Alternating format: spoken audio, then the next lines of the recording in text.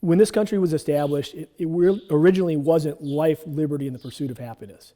The original wording was life, liberty, and property.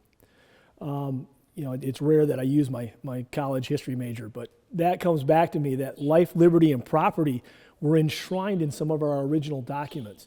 When you buy a piece of farmland in our area, usually one generation buys it, the next generation buys it again when they put tile on it, the next generation buys it again when they put irrigation on it, and we're paying our taxes on it the whole time. But this is what we use to feed our families and make a living.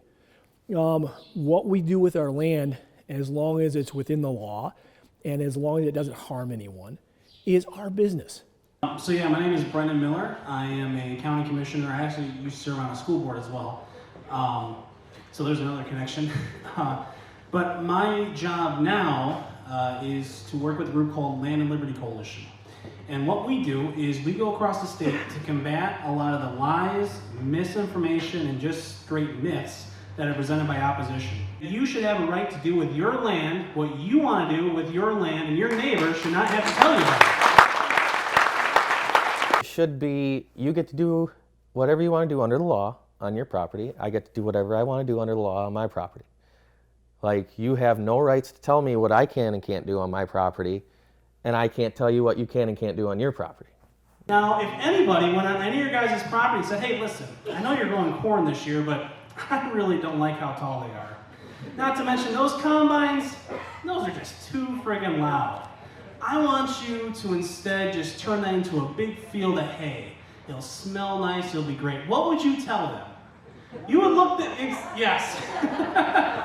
You would tell them to get off your property and have their own farm if you want to have a field full of hay.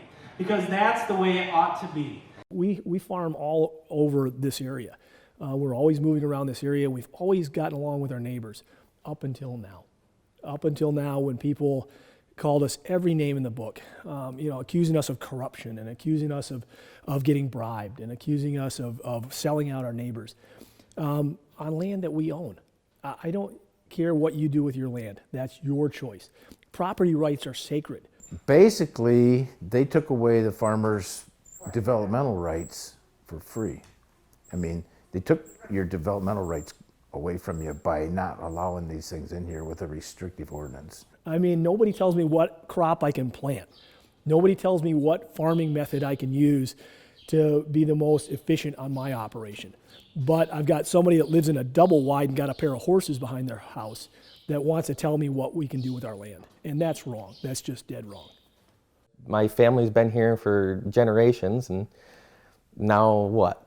Now I'm a piece of crap because I've signed my property up for windmills or solar, I mean, when does property rights come into play?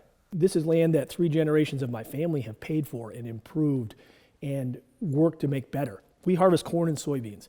If we can continue to harvest the sun and the wind, that seems like a no-brainer.